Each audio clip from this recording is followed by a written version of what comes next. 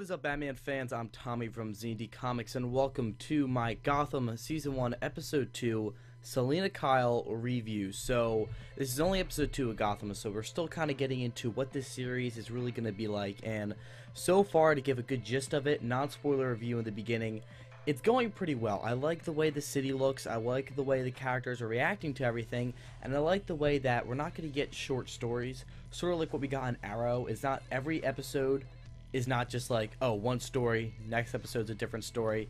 It's one ever-long story. I mean, like, it's constantly building. It's like Breaking Bad and shows like that. You had to watch from episode 1 to really understand everything. So, for instance, like, a story side plot that we're getting is, like, you know, Bruce Wayne becoming Batman. That's going to be going on for, like, the entire series. I mean, pretty much, unless we actually get Batman. So that's not something we're going to be seeing, like, for instance, it's not like Arrow, where we have to take down a villain, the next episode is a different villain. Villains are going to be getting a long history of building up to, which we kind of already knew we were getting, and now it's kind of just confirmed. So, a non-spoiler review to end it. It was a really good episode. I thought it was honestly better than the first episode because they didn't give away too many obvious Easter eggs, which I'm kind of happy about, and they introduced a new character, or a new villain. I don't want to name his name because they kind of didn't hint it at all in a trailer, but it's a new villain who honestly makes a lot of sense to have in a pre-Batman era. So I would give this episode like a 9 out of 10. I know I gave my last review like a 9.5, but that's because it was a pilot. I thought the pilot was really good, so I'm actually going to take that back. I give it like an 8.5 out of 10, which is a good rating. A good rating, don't get me wrong. Anything over a 5 is like, anything over a 6 is good. So this episode was like an 8.5, really good. I'm really excited to see what Gotham is going to be like in the future. But now I'm going to get into my spoiler review, so if you haven't seen the episode, you may not want to watch it. I mean, it's not really going to give away too much, but I suggest you watch the episode, come back, and listen to my review. So, the main villain is Professor Pig, or I guess they call him Pig. I don't really call him who he is, but it's mainly going to evolve around Professor Pig. And that, of course, is Pig spelled P-Y-G, not P-I-G. So anyway, we're kind of getting a slow build up to this villain, and what makes sense about this is Professor Pig is kind of one of those villains that didn't really have Batman to influence him to become a villain, like the Joker and like Two-Face and everyone like that. Professor Pig is kind of like a character that you can have and not really have to worry about Batman not being really involved in his acts of crime.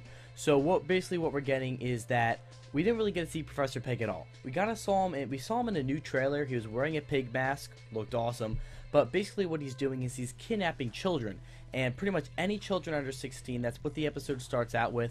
And the reason this episode is named Selina Kyle is because Selina Kyle is one of the children trying to get kidnapped, and of course she's very sly. She gets away with everything, and she ends up talking to Commissioner Gordon, or sorry, Police Gordon, or whatever, I was going to call him Gordon. She ends up talking to Gordon at the end of the episode and basically saying, I saw who killed, you know, the Waynes. And we don't really know what's going on there, but the preview for the next episode seems a lot. We're going to bring back, of course, like, the whole death of the Waynes, and we're going to get more into that because in the first episode it kind of ended off like, oh, we know who killed the Waynes, but really we didn't. And I think that's going to come back in episode 3. So I really like Selina Kyle. I mean, she's 13. We know that for a fact, so that makes sense. I mean, Bruce Wayne's like 12. So really, no big age difference. We do know that one big era with this is that all the Batman villains are older and Bruce Wayne's young. But, I mean, it seems like there's like a 10-year difference between the villains and Batman himself. But not for Selina Kyle, because Selina Kyle is only 13. So besides Selina Kyle and Professor Pig, which I'll get back into later, but what else we got was Bruce Wayne, you know, becoming Batman. That's what I'm going to say. I see this as like a side story. It's Bruce Wayne becoming Batman. And we got a lot more interesting facts on like Alfred. I think Alfred is awesome. Like he's older. He's worked in the military just like Gordon, but he is more British and fancier and everything, and he seems like he's kind of over the days. Like he is an older Alfred, like at pretty much every version of Alfred. He's not like young and built and everything. But basically what Bruce is doing to himself is he's hurting himself, and now it's not like those people you might know that cut themselves or physically hurt themselves because they want like attention or something like that, not to get into that or anything, but he's doing that because he wants to conquer fear. He wants to make himself stronger by, you know, putting his hand over the fire and letting it burn and like having a circle of like that ash inside of his hand. and he's only doing that to get stronger. And Alfred's like freaking out, and he actually calls up Gordon and actually goes to the GCPD. Gordon comes in, just tells him, like, kind of just has a conversation with him. And Bruce is awesome. I mean, Bruce is like, you can tell he's very adult-like. And one scene I really liked is while he was listening to headphones and just drawing something. This was a quick scene. Is he was listening to like hardcore music that was like, wow. Like, I never would imagine Batman listening to music, but if he did listen to music, that's definitely the music he will listen to, especially as a kid. It's just that like hardcore, like, you know, like that, like kind of like the background music we got in like the Dark Knight movie. So it was pretty awesome to see that, and we saw like some dark drawings he was making. I mean, it's not like Batman's like emo or anything, but you kind of can tell that he's like trying to conquer fear and make fear into like understand fear, and that's something we're getting. So I think the direction they're going with Bruce Wayne is outstanding. I really like that. Some other villains we saw is Penguin. Oh god, I mean, I'm not trying to just like completely kiss the ass of Gotham, but I mean, this TV show is really making me happy and making me proud. I mean, Penguin's an awesome character. I thought we were going to get more of him, but it seems like his story is going to get a small build up as well. But we see that, we know that little scene we saw in the trailer where he's like in the car and everything. He ends up slitting those people's throats and just getting dropped off at some trailer park and renting a trailer for $100 a month, I think it was. And not too much. He tries to kidnap one of the persons. I think he killed. There's two people in the car. One person driving, one person in the passenger seat. I think he killed one of them, and the other one he's kidnapping, calling his mom up saying, oh, I want $10,000 and everything like that. And that's something Penguin would do. I mean, we're slowly getting... Like, the only thing I'm really excited to see is Penguin becoming, like, Penguin to the Fat Penguin. I'm really excited to see that. So, that's pretty much it. And the really small build-up we're getting is a lot of side plots is the Riddler. He's literally getting very small screen time. I feel like that's what we're going to be getting, is he's going to have very small screen time, and then eventually he'll have, like, a big build-up. But I don't really expect that too much out of the Riddler. I mean, I expect a small screen time. Riddler is actually one of the villains I see that Batman sort of created, so I hope they don't kind of push the envelope on that one and make him the Riddler or anything. But I'm kind of happy. You can see how he's kind of weird. Like, he works the GCPD. He actually found out that, you know, the people kidnapping the kids were using a drug and everything. That's kind of how he got involved in this episode. But you kind of find out that he's just weird. He just gives out that weird vibe. He's just sitting around staring at everybody, and everyone's like, what the hell is this guy doing? Like, what?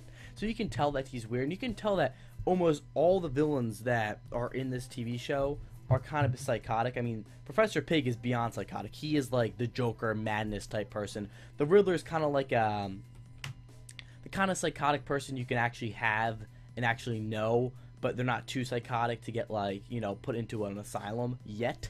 And then I don't really see Penguin as a psychotic person. I mean, he's crazy, but he's more just like a mob boss. Like, he knows what he's doing, but like, he's just like, I'm crazy, but I'm under control. But I'll do whatever I need to get what I need to done. You know, I'll do whatever to get what I want. Is basically how I see Penguin. I don't see him as like a psychotic character like Professor Pig. And I'm really excited because the next episode is going to go right on to that storyline, and we're going to see Professor Pig, I think, and it's kind of cool. I mean, like, that's actually a full-out fledged villain. I mean, it's not like an origin right there. I mean, Professor Pig is gonna be Professor Pig, and just like how we're gonna be seeing Victor Zsasz in the future, he's another one of those villains that you can get. You can pretty much get any of those asylum inmates that weren't really influenced by Batman too much. You can pretty much put in this TV show. But eventually, if we ever do get Batman, you should see that, like, those influenced characters like Professor Pig and Victor Zsasz become a little bit different as they know that there's like a Batman character. Like, Victor Zsasz sort of has like they're like, ooh, we don't like this guy now. So that's kind of how you get that Batman villains are Victor Zsasz and Professor Pig. They're not just out there, you know, killing people and everything. But yeah, it's pretty much everything I had to touch on. I mean, Selina Kyle and Professor Pig, they kind of have a connection going on. That was the main storyline. And then Penguin, we got that, and then Bruce Wayne. So this episode was really good. I already gave it an 8.5 out of 10. I really like the direction they're going in. I can't get a really good, vivid, like, route on where we're actually going to be headed to, but I think after like the 4th or 5th episode, I see like the main, you know, deal on like what's going to be going on. I like the episodes. The view of Gotham looks amazing. I mean, everything's always dark. There's lots of graffiti, but you can see that they're is light in Gotham, because you gotta think Gotham can't be pure black and darkness, because then no one wanted to live there. But you can tell that there are the dark parts of Gotham, but then there are parts that are all bright. Like, for instance, my last thing right here is, in the beginning of the episode, we know that there was a restaurant right where the kids got kidnapped that was beautiful, bright up. A lot of fancy people were sitting there. It's because basically the cops are getting paid by these companies to watch out for the restaurants. The restaurants are beautiful, nothing's wrong with that. You step outside, you look to the right, and then there's that dirty Gotham. So Gotham is so dark, but there's just bright parts in Gotham for fancy and rich people, and normal people, of course, too, that are just like living in this darkness, but getting kind of protected by Batman, and so, you know, the GCPD and everything like that. So that's kind of how I saw it right there, and pretty much 8.5 out of 10 this episode. I want to hear your thoughts in the comment section down below, and like always, if this video gets over 100 likes, I'll be doing my next review. I got over 100 likes on my previous review. Thank you guys very much. Keep these going. I'll be doing a review on Walking Dead, Arrow, and The Flash. So Sunday, Monday, Tuesday, Wednesday, those 4 episodes or 4 series will all be getting a review. As long as my reviews do good, and they usually do, so I'm pretty happy about that. So anyway, leave your review on the comment section down below on Gotham, Season 1, Episode 2, Selina Kyle. Thank you guys for watching. Note to comment, like, and subscribe. I'm Tommy from Z&D Comics, and you have a great day. Ready, aim, fire.